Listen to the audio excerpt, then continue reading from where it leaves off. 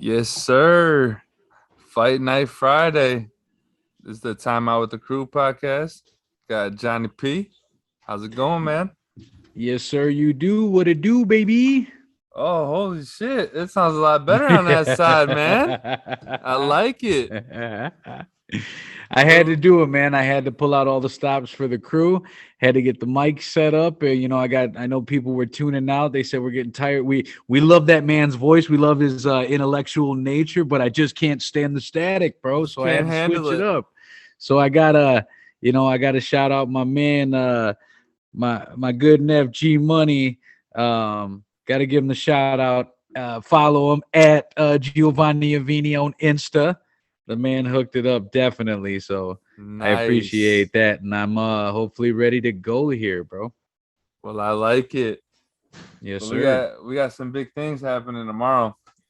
Yes, we do, UFC Vegas 41. Man, it's man. gonna, it's gonna be big. Costa and Venatori main event. Yeah, we already got some controversy around this one. It's tough because we wanted to see these guys square off for a while now. I mean, this fight was almost a year in the making. You've got Vittori, the Italian dream. He's coming off a loss against the champ, Israel Adesanya. But he's become a fan favorite in the last couple of days, and not to say he wasn't like there was anything bad about him, but you've seen the trash talk with him and Israel in the title fight, and Vittori just feeling like the fight before that, he didn't lose because I mean, let's not forget, Vittori's record, I think it's 17-5-1, but he just lost to the champ, and his last fight before that, 4 fights previous to that was the only loss he faced, and it was to the champ again. So Yeah. in the last few years, the only 2 people he's lost to was the champ. Yep. So, he's losing to elite level fighters, and Israel, he's just the style bender is just something else. So that it's hard to Completely get in the different. octagon with that. So, but with that being said, Vittori's a grappler originally. He's a wrestler. We've all seen it. He's in his Holland fight, in the Izzy fight. He tries to do, but he's definitely a grappler. He can get the submissions. I think he's got 9 wins by submission, but his hands are coming along. He's just not there yet with the boxing. He's got the striking. He's also got 2 knockouts on his record, but at the same time, he is a pure wrestler. And his opponent, Paulo Costa, there's he came in on an absolute hot streak. He was knocking guys out left and right in the division. I mean, he's built like a brick shithouse. He was undefeated before his fight again to Israel Stylebender. He was 13-0, and he faces Israel and just gets outclassed. I mean, it was domination in that fight. Yep. So it was probably a big blow to the confidence because he was riding this wave. He was the next big thing. He said he was going to smash Izzy, and Izzy just came in and picked him apart.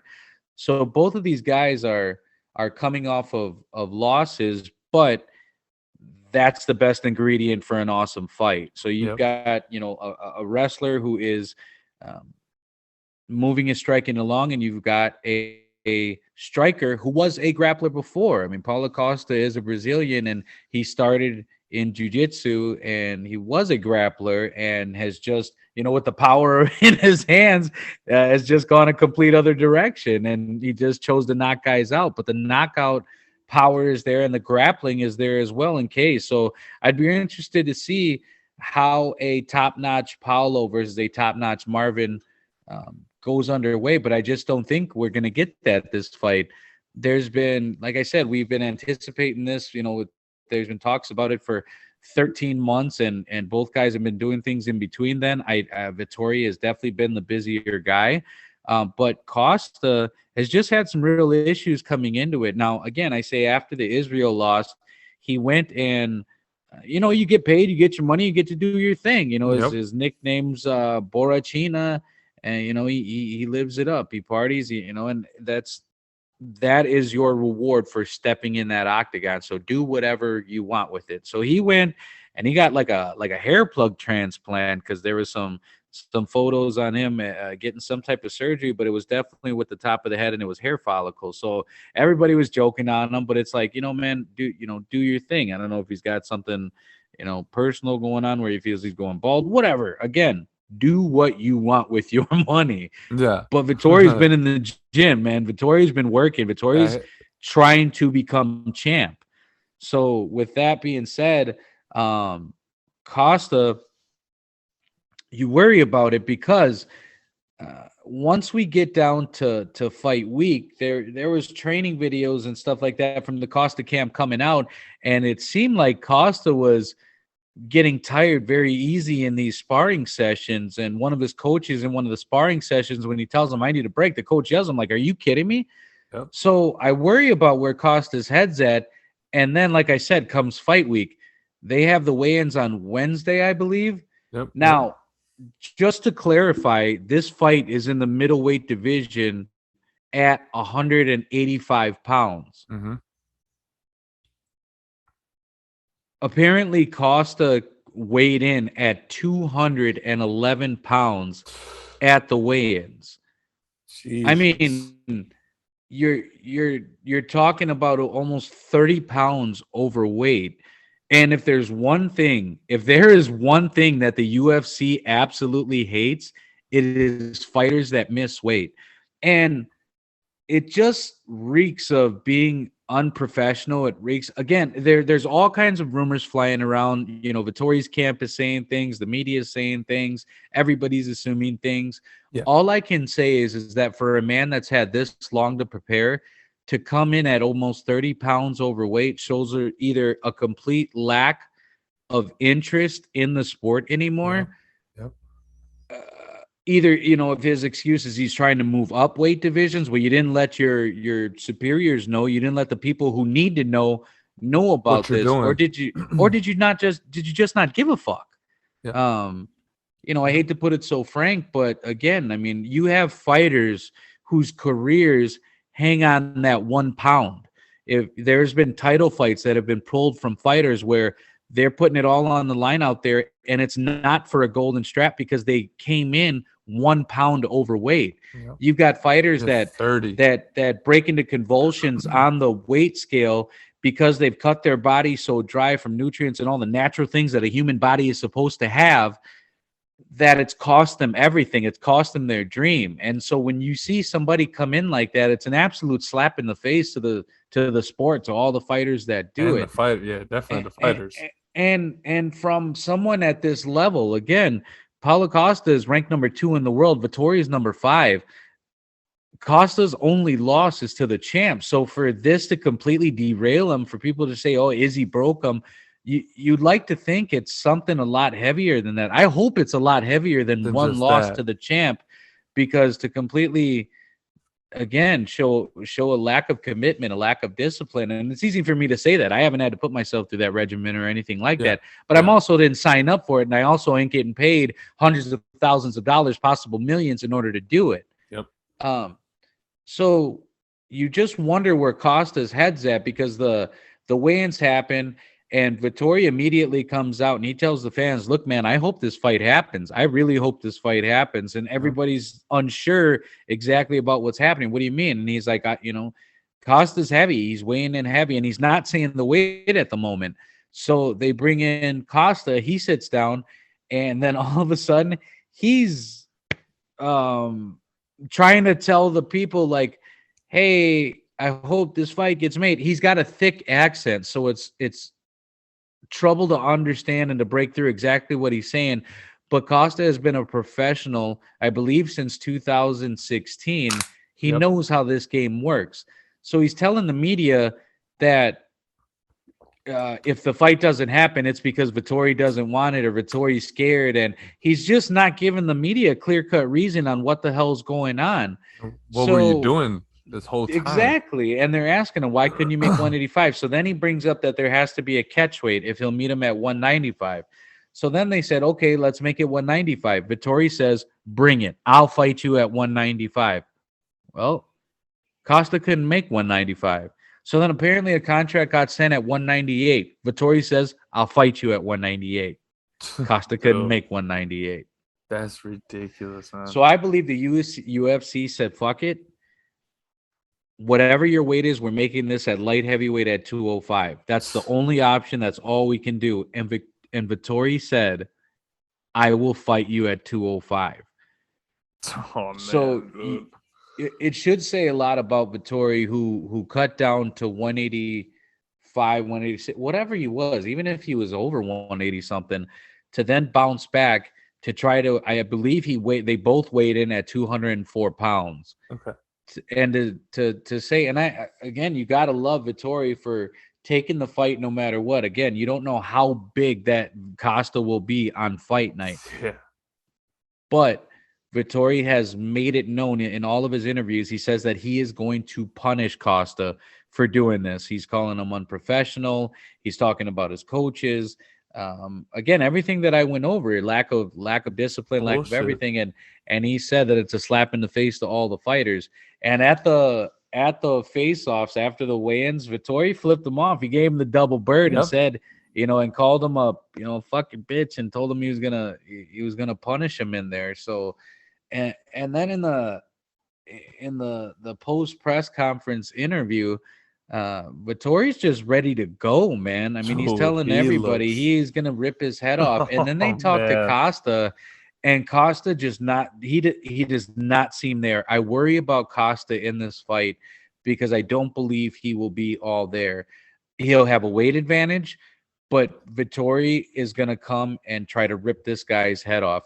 And again, if Costa were to lose this fight, I don't know what happens because Dana White has yet to speak on all of this. The media was waiting on him to say anything, and he hasn't mentioned anything about it yet. But obviously after the fight, he's going to do a press conference and he'll have to answer a lot of questions. Yep. But apparently, Vittori's camp was assured that Costa would never fight in the middleweight division again. So I don't know if it's something where they're punishing him, but Vittori has gone on, Twitter, Instagram, everywhere he can go, and said that he believes that Costa is trying to find a way out of this fight.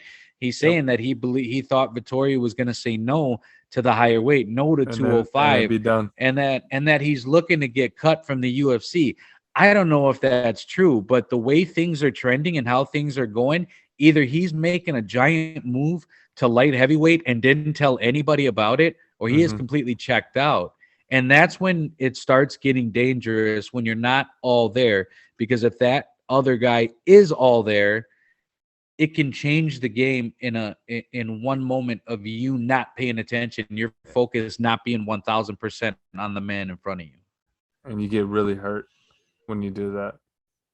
Yeah, no, it's dangerous, man. It's absolutely dangerous. And you root for both of these guys, but Vittori, by just saying yes to everything, has just gained so much respect, not only in my eyes, but you can see it blowing up all over social media. Everybody just showing him love and saying, hey, man, that's what it means to be a fighter. And that's what Vittori said. He goes, he thought somebody was going to walk away from this, but he ran into a real fighter. I will fight him at any weight class. So you can tell Vittori's just hungry to get back to the belt, man. It's awesome. And and like you said, even during the stare down and all that shit, the weigh-ins, he looks 100% in the fight. Yeah, 1,100, whatever you want to call it, he's ready for the fight. And with, like you said, with the one loss on his record, why is he not in the fight? Why is his head not in the game? You want to get back to that title shot, get back to getting in there. This is your chance. You go in there and you knock Vettori out, you'll start getting noticed again to move up. And like you said, he doesn't look like he's in it. And I think that's what bad things that can happen. Absolutely, 100%. It's again, the winner of this puts themselves in title contention. Now, will they give it to Vittori right away afterwards? Probably not. I mean, you got Bobby Knuckles and them going, Robert Whitaker and Adesanya about to go at it. But from being so close to putting yourself in position to fight for a world championship, which is the goal, why not take it seriously? So you just, again, it just adds to the weirdness and the confusion into that I this have in this with whole thing. why. Because if you're done, you're done. If you're just gonna, you got other things going on, you got stuff, understandable. But it's when you force it and you come back to things and you're not 100% into them, that you put yourself at risk. And I don't like it one bit. I worry Mm-mm. about Costa. I believe he's going to come in. I believe he's going to come in and try to push the pace, and he wants to get in and out of there. He's going to come like a force, and Marvin Vittori is just going to wear him down. I would say he puts him away in the third round. Again, if Paulo's going to get him out of there, it's going to be by knocking him out. And Marvin Vittori has never been finished. All of his fights have gone either his way or they've gone by decision. So it's either going to be a barn burner or it's going to be absolute decimation. You never know. Yes. So you But that's how you're I think it's taking going to go. I think Paulo's going to get yeah, he's going to get gassed, and I'll take Vittori. Vincenzo third round. Absolutely. Man, that's yeah. I pretty much think I think he's gonna tap. I think Hustle's gonna tap. I think Venturi's gonna win it. And that would be telling. That would be telling if he just checks out. Again, if he gets him in some submission move and Costa didn't see it coming, but if you see him getting gassed and he lets Vittori take his back, And then then he's does just that checked out. bullshit tap. Yep. And then Dana's they're not gonna take this lightly. So I doubt, given whatever happens in this fight, you have no idea what's gonna happen, because that is a serious, serious offense coming in that high to have to move the fight a weight division. I mean, if we're talking, the lower weight classes, you're moving that thing multiple divisions. It's Yes. it's it's it's crazy, but Yeah, and they had, like you said, um they had to move it 3 times. Oh, it's not good at this way. It's not good at this way. Well, now we'll just have to put it at this way, I just to don't think he was satisfy ever you. coming in at Oh any of no, at those all. weights. I don't think he had any plan at ever making Yep. 185, Yep. 195. And it's crazy the way he's talking to the media as if it's Marvin Vittori's fault, or Yeah. that, Putting he the put blame on on somebody Twitter, else. stop changes. You're the one making the changes. The only reason Yes. things are changing is because you can't You make the you weight. can't make weight. And he's avoiding all the questions. While he came out and said he was overweight, he's telling them, you got to talk to my managers, my coaches, and everything like that. We send contracts. Yeah, they keep sending contracts back because he can't make the weight. Yep. And Marvin Vittori is. He said he feels like, what warped world is he in? He told Costa, you know how this works. Why are you playing games like you don't know how weight works? Where he's had to make weight for 14 other fights. It's Yeah. crazy Yeah. in that division. It's just it. It I, makes I no have no idea sense. what's going to It happen. makes It'll no be sense. it'll be very interesting to see how Dana White and the UFC react to this. And I still think it's going to be a good fight. It's just it can be either a lucky knockout, or I just feel it's going to be domination and he's just going to wear his ass out. But like you just got to be ready for those hooks though, because that being a lot bigger, they might be a lot stronger coming in now. So he can't think that, oh, I'm just just because I'm 100% in this, that I'm gonna come out here and dominate him, because it could go. You could be dominating the whole fight, and then all of a sudden, 5 seconds left on the clock, he hits you with a good hook, and you're out. Exactly, But I just don't and with the see that. I weight just see him difference. being so prepared Yeah. for Because all. and that's why I said I wish it would have been a top notch Paulo Costa, because we have seen Yes. Costa in these wars. Again, we've seen him knocking guys out. He went toe to toe with Yoel Romero for Yep. 5 rounds, and that fight was Yep. everything. It lived up to every expectation. That one was a brawl.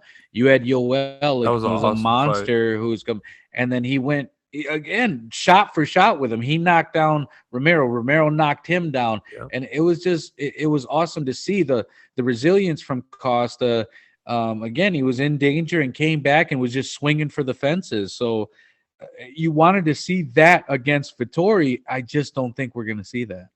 Yep. Um, Well, we'll see it tomorrow. yeah, UFC we'll find Vegas out. 41.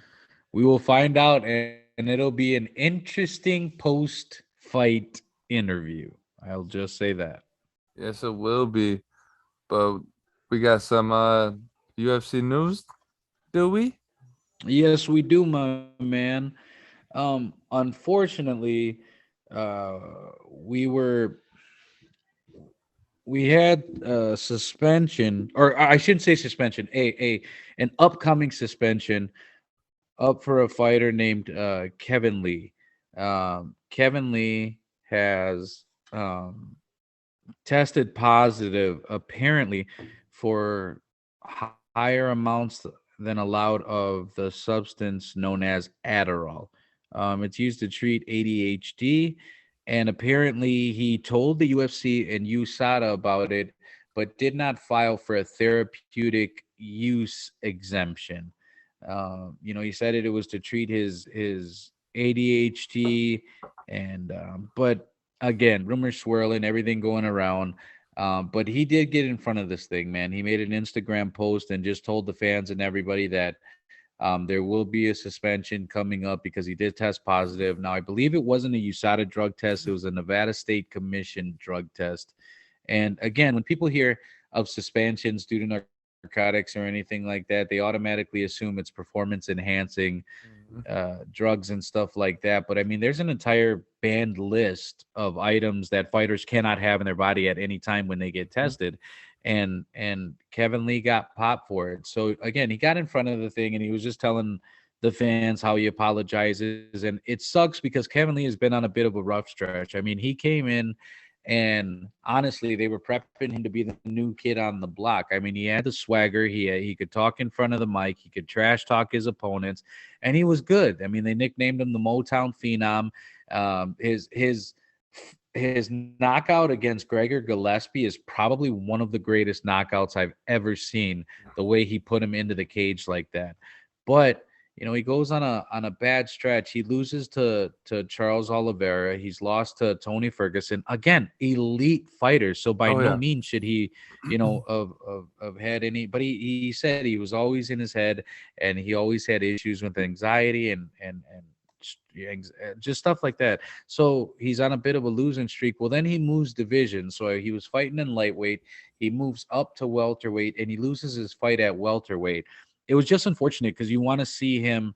He's not a bad guy. Again, he, yeah. he was supposed to be the new kid on the block, but unfortunately, he had run through a A few lot of good losses in a fighters. row, and you really worry about where his mental state is, because he says that he wants to get in front of this. He's without alcohol for the last month. A video he posted, he dumped all of his pills down the sink and he poured water on them. Now you'd like to hope that that's just symbolic, that it's completely over with. I mean, Yeah, obviously he was doing it to show his fans that he could and have not just for the a camera. drawer full of them, but at the same time he did it and he's in front of it and he's embracing it.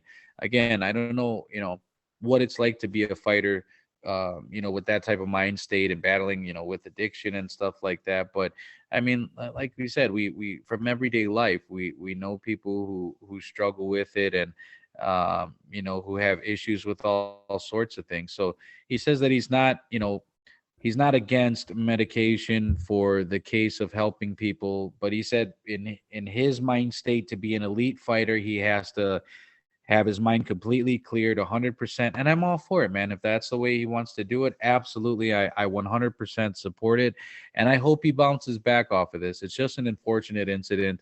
But you really want to see him come back. And we will definitely keep you guys updated on his next fight, his next opponent, and how the suspension will take place. So that's Yeah, some unfortunate news out of there. And I do have some other news about a fighter that we talked about a few weeks ago on the show, uh, Aspen Ladd. She was the fighter who did not make weight at 135.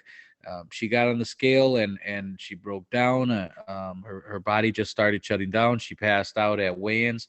Well, then the UFC gave her another crack at 145. She made the weight at 145, and they told her, hey, we'll let you loose in this division and see how you do. She just ends up getting outclassed. yeah. And the reason she was in the headlines was because of her trainer. Now, to be clear, her trainer is her significant other. And the way he came under fire was the way he spoke to her in between rounds, just trying to get her going. Again, she was getting outclassed, so he's telling Yeah. her, what the fuck are you doing? I need you to get out of here. You're down 2 rounds. You're down, and a lot of people took offense to the way that he spoke to her, and the guy really came under fire.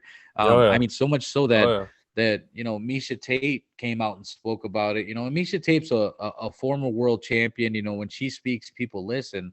Yes, sir. But she's had her issues. When Aspen Ladd missed that weight, Misha Tate had something to say about it, and her and the Yep. coach went back and forth about it. So it was no surprise to see Misha react to this. And Misha speaks from experience, though, because Misha Tate was a younger fighter. She had an older fighter who was a significant other who became her coach, and she believes that that was a detriment on her career, that she did not reach the level she was supposed to, Because of him. due to that. Yeah. So again, she's got some place to talk here from experience, but you have no idea what that relationship with that fighter and that coach is, Yeah. because if we look back to her as recent as her last fight, that coach was talking exactly that way to her, and she knocked the chick out going out into the next round. And the coach stands by his word, saying, that's the way that fighters react. And to that, I say, look, man, there are a hell of a lot worse coaches out there that are screaming Oh worse yeah. shit at their fighters. I mean, Brandon Schaub had me absolutely rolling on his show about, when he was going through college football and his coaches would scream at him about, banging his mom if he missed a tackle. And it was absolutely, you hear shit like that, but we live in a time now. Again, we live in a climate where stuff like that, You really can't everybody say anything. everybody has a voice. But honestly, if that's the way his fighter succeeds, by listening to stuff like that, I mean, me personally, I would imagine you'd like to build somebody up and tell them, this is Yes. everything we've worked for. What do you, Yes. what are you doing? You're throwing this out the window. I mean, to Yes. to tear somebody down and go, what the fuck are you doing? I mean, whatever. You can talk to them for a minute, but again, build your fighter up. Let them know that they're the Hmm. best thing, that, you know what I mean? That's Hmm. that's what you need to do as That's a what you're there coach. for. Yep. But if that's how she responds to it, then that's how she responds to it. She's the fighter. She can always change coaches and do whatever. But the guy came under fire. I believe a lot of it was unnecessary, and I'm glad a lot of people came to his side to let him know. But I mean, let's face it, if she continues on with this string of misfortunes, maybe they do have to look at the coaching situation and look to mix it up. I just we wish her the best moving forward. I hope the situation works itself out. But Yeah. I thought I had to bring you guys that news. Everybody's situation is different. Yeah, Just because yeah, Tate went through, certain things don't mean that she's going through the same. She might, I don't know. I didn't see if she responded to any of all the backlash that, her coach got, but she might be feeling like that's how she needs to be talked to. Some people yep, need to be screamed at in order to yeah, get back in track, and some people break down and can't handle being screamed at and need to be uplifting. Everybody's situation is different, absolutely. but yeah, I hope they work that out though.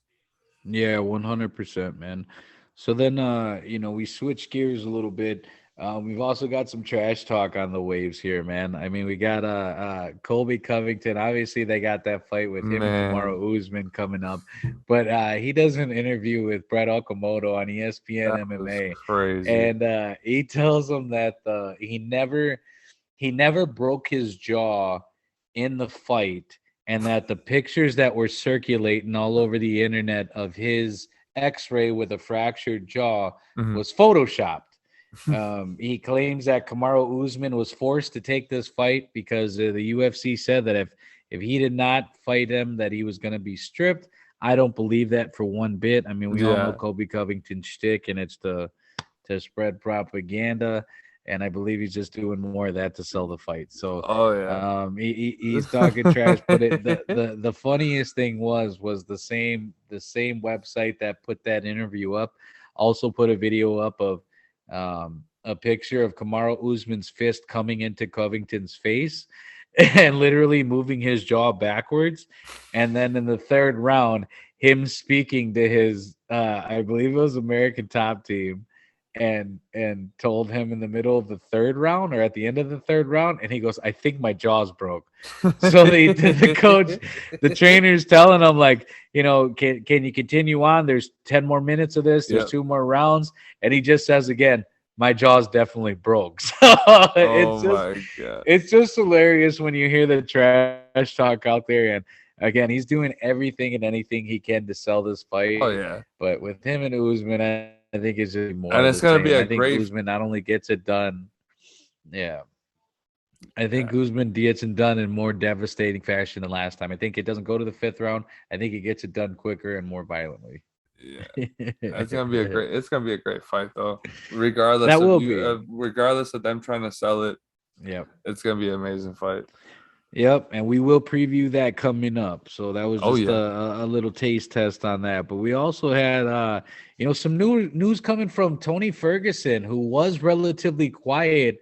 If we all remember correctly, his last fight, he came a loss to Beneil Dariush over there at King's MMA. And I was wondering to see where Tony Ferguson would go or what he would do after this, because I mean, uh, going back on Tony Ferguson, I mean, man, he's had a hell of a career. I mean, he Yeah. comes in, he's on the Ultimate Fighter.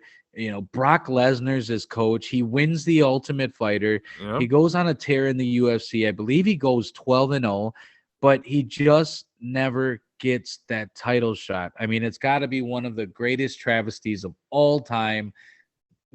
One of the worst injustices is that for him not to get a title fight after his run that he had, because he was tearing through guys. Oh yeah. And and not for lack of trying either. I mean, how many times did they try to make the Khabib fight? Literally 3, 4 times. Yep. And Dana White said every time they try to, they try to make a fight twice and it don't happen. They don't try to make it. They tried to make Tony Ferguson and Khabib happen. Over and But over. I just believe that even though Tony never got that crack at it, I believe with Khabib having it, Tony would have never tasted it. Oh yeah. And he fought and he won the interim belt, but then he lost. He got absolutely beaten by Justin Gaethje. Yep. His next fight was against Charles Oliveira, and he gets put in an armbar where his arm almost gets ripped out of Snap. socket. It And was then he fights, just, man, that was so bad, dude. and he fights Beneil Dariush, and he gets his leg ripped off. And then after seeing Tony Ferguson after Beneil's hand got raised, it was just he had the 1,000-yard stare which absolutely worried me on his future in MMA. Again, he's an older fighter, but he's unorthodox. And unfortunately for Tony Ferguson, when he was that young, hot, streaking fighter, that unorthodox stuff, that stuff he was doing, that all worked. It all worked. So who's to tell you any different when it's all working? Well, then you start to get a little older and you start to have to rely on fundamentals of fighting, technique, grappling, striking, all this stuff. And where that unorthodox stuff, where that speed made up for everything, when you start to slow down, you really get caught in transitions. And I mean, he's been bodied in his last 3 fights on the feet and on the ground. Yep. So I wonder again where this goes. But I mean, he got on there kind of out of nowhere and started trash talking Conor McGregor. Mm-hmm. Conor's got his own issues going on. I mean, I hear he's got charges that are going to be pressed against him for allegedly punching a DJ in Italy. Man. And that story is weird all the way around. Apparently, it's a famous DJ in Italy, and he was partying with McGregor. We seen McGregor out in Italy, and all the fans flocking him and stuff like that. But apparently, he's partying with his DJ to the morning hours, and they're gonna go to another event. And he tells them they're gonna go, and then the DJ says that Conor just all of a sudden turns around and punches him, and that the lights went out and they went back on, and then his friends were holding Conor back from like kind of beating his ass. And I know that there's a lot more to this story. That's why I don't want to speak too much about it without knowing all the details. Yeah. But apparently he's gone out, gotten a lawyer, and he's going to sue Conor McGregor right away. His wife went, and she was telling the story. And I mean, on all their sides, they're making it sound like Conor's this uncontrollable maniac who just snaps on a on a dime. Now, look, I admit Connor's had some issues, not only in the past, but in recent months, the Machine Gun Kelly on the red carpet incident, and then you've got this. He just finds himself in sticky situations, punching the old man at the bar, Yeah. the bus, the DJ, all these instances. Again, he just finds himself in the wrong place in the wrong time. So again, while I don't believe that Connor just all of a sudden out of nowhere struck this gentleman just to strike him, I do believe that Connor has anger issues and needs to deal with them in better ways than putting his hands on the public and celebrities. You know what I mean? It's Yeah, just and I just it's don't get it because he had an interview before the Cowboy fight, and he was talking about him using drugs and alcohol, and that if he would have actually prepared for the Khabib fight instead of putting all the evil in his body and all the hate that he had for Khabib, well, after winning that Cowboy fight, then losing, all that changed. Then you seen him go after Khabib again. You seen him start talking about his dad again. You seen him start to bring up all this shit where it's just like, what happened? And it looks like he fell back into the same hole of using and drinking again. yeah. And And it just looks like that's what's yeah. happening for his two fights. That And the and you should have came in the ready. And the partying definitely didn't help because and he even admits that he was partying too hard. He wasn't focused, and he was enjoying the life. I mean, Conor McGregor's the biggest superstar that the Ever sport for has that ever sport, seen. dude. I mean, the man's about to pick up a Lamborghini yacht. His yacht is going to be worth in what three-quarters of the roster makes in a. You know what I mean? It's literally, Ridiculous. the man is a full-blown celebrity and superstar, and with that all comes dangers and roads It's that a can lead you off the path to the trash talking. I mean, I never liked it when he talked about the religion and the family and the wives, nope, but I nope. mean, let's face it, that's been Connor. That's been Connor All from the day, jump, from all the day. jump. I mean, his fight at featherweight with Aldo, he was calling his wife an ugly pig. Like, Yep, you know what I mean? The man is yep. trash talk from the beginning. So I And do Aldo believe wanted that, to kill him. and I think that McGregor realized, like, hey man, that nice routine and everything was to get the casual fan back on his side, and when that went by the wayside after the Cowboy fight, because again, that nice guy routine doesn't work when At you're all, losing. So at you turn all. that animal on and you turn these things on and you go back to what made you essentially, because the shit talking and all that is awesome when you're winning, because When you again, nobody win, had any of these issues when he fought Aldo, when he fought Mendez, when he fought yeah, Alvarez, when he fought Diaz. All this shit talking and all that trash talking was there, but Conor was whooping ass, knocking guys out in, yeah, in first round, second round. So when you're and the calling king it. and you're smashing guys and calling it and living it, no one's gonna say shit to you. No one can say shit to you. Yeah, But when you start losing and you lose a couple fights, the fans change so quick that who's next? immediately a reaction, you start losing, and that shit talking's not fun no more. So I think Connor can definitely bounce back. If anybody can do it, Conor McGregor can do it. Like I said, I'm a Connor realist, honestly. I was a fan of him from the beginning. I love the shit talking. I love that it was a part of it. But I was just real when he came to other fighters. Against the Nate Diaz fight, I was rooting for Nate Diaz. But I mean, let's face it, Conor McGregor had no business in that fight with Nate Diaz. He fought Jose Aldo at 145 at featherweight And and then then jumped up to boom. 170 to fight Nate Diaz Yeah, just because Nate Diaz was talking shit. So Conor ran up to and 170 that's to fucking fight hard, him bro.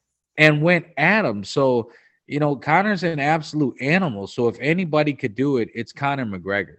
Yeah, and hopefully it's against uh Nate Diaz because And that'd and be that awesome to see that. But the original point was that Tony Ferguson goes at Connor and he says, where you at, McNugget? And that was the promo that he had in the Khabib fight. Yeah, And he posts a bunch of stuff again, which is a little weird because Connor's out with his injury and Tony Ferguson's on a few losses. So you kind of that came out of nowhere, but it's definitely exciting because apparently Nate Diaz tuned in and put up a picture of Tony Ferguson with the lightweight interim belt, Yep. and kind of reminded him like, hey, you know what's what.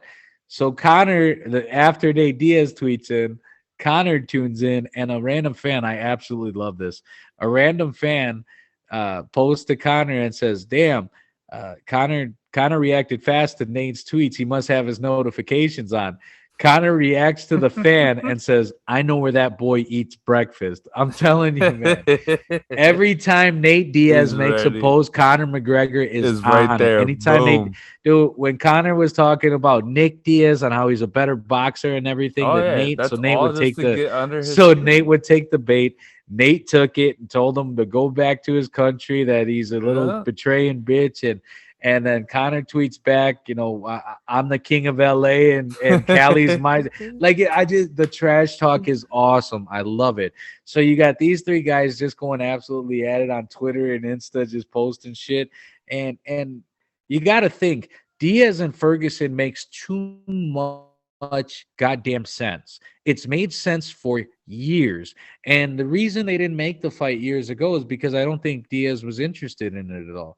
Well, now, Nate Diaz is on his last fight of his He has to contract. be interested. Tony Ferguson very well could be on the last fight here. So I think you owe it to the fans to do something. All that matters is if Diaz will come down. I don't think Ferguson's going to go up to 170. I Yeah, think no Diaz would way. have to come down. So, you never know if that's actually going to get made, but it's very exciting to see these guys And going at it. That it leads to, hopefully it leads to something in the octagon. and for you, what do you think is a better fight? Is it Connor Ferguson or is it Nate and Ferguson? I think Nate and Ferguson would be a better fight because you have Tony Ferguson, who is again, I brought up how he's unorthodox, but he's Yep. got that jiu-jitsu background where snap jitsu or whatever he calls it, and he can strike, where Nate Diaz is just that pound for pound, Just if not better pound. at it, better boxing, better Yep. ground game, better submission. So I think that would be a really fun fight. Two vets of the game just being dogs out there, whether it be on the feet, whether it be on the ground. I feel sorry, man. You good? I feel that Connor and Ferguson, I just don't think I don't think it fits well. While the shit talking is there, of course, it's something that Ferguson always wanted. I just don't see it. I feel that Connor's going to want to hop back in and get in that mix right away. I mean, I wouldn't be upset if it happened. I'd love to see Conor McGregor versus Tony Ferguson. Maybe they do give him that fight as a bounce back fight after his leg. I just think Conor does it to him easier than Nate will. Nate will grind him down. Again, Nate will it'll go the distance. It'll be a really fun fight. I think with Conor it ends early. Yeah. Um, even though Ferguson's got that chin, Connor's got that power. So, Oh yeah. I mean, I shouldn't say that. Gagey didn't put him out, so who's to Both say? it's both fun Uh, though.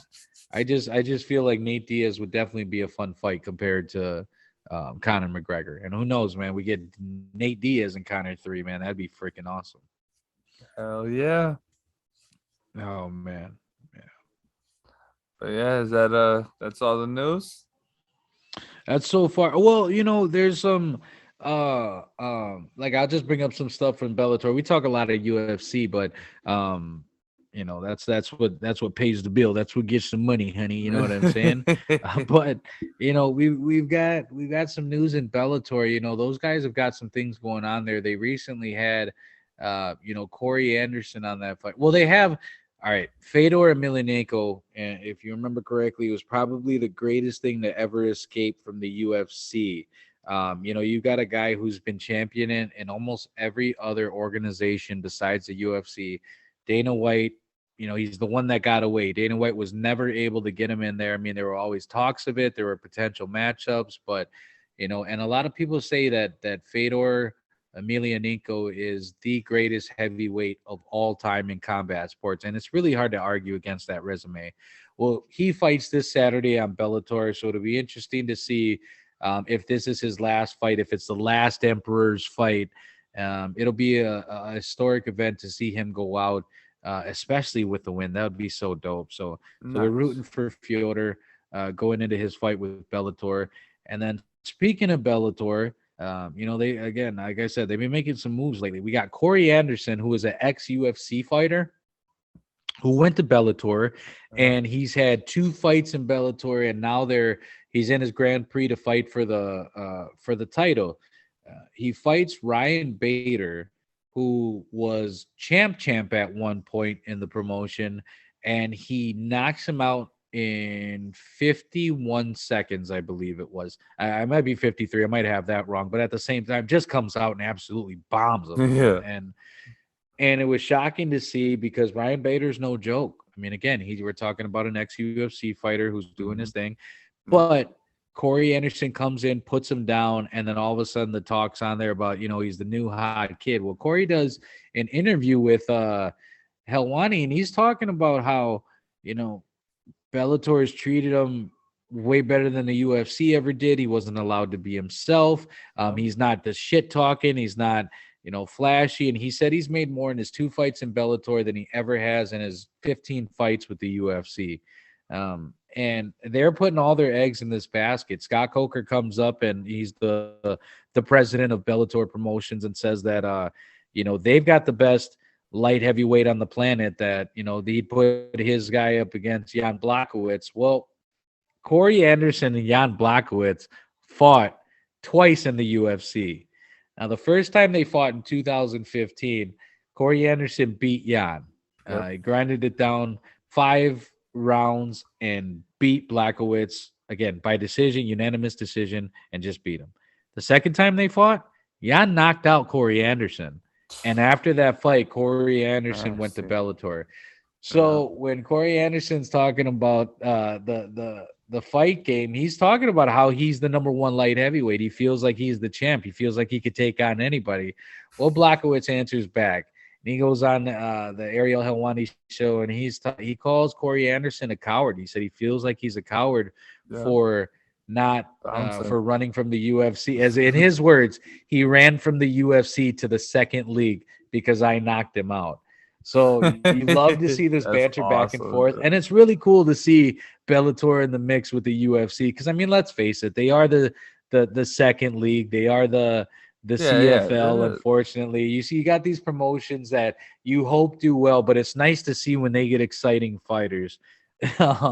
Especially shit talking and cross promotion. So That's that was cool. really cool to see him and Jan Blachowicz go back and forth. That's awesome though. But yeah, that was that's the UFC news then. We good? Yes, sir. All That right. is all Well, I got for you. we got UFC Vegas 41 and our UFC news. That pretty much gonna wrap up this show. And we are gonna do what UFC 267 next week. Yes, sir. That will be our Glover Teixeira. And speaking of Blachowicz, the Glover Teixeira and Blachowicz fight. Can't get. I'm getting excited for this one, man. Man, This one's going to be a dope card. that whole card though is Yeah, the amazing. card is absolutely stacked. I mean, you have, and we'll tease you a little bit with it. You got Teixeira and Blachowicz fighting in the light heavyweight division. You got Blachowicz coming off of his win over Adesanya. He defended the belt for the first time after getting it over Reyes. You got Yep. Teixeira, who's won 4 out of his last 5 fights, an older vet in the game, just an absolute dog. Yeah.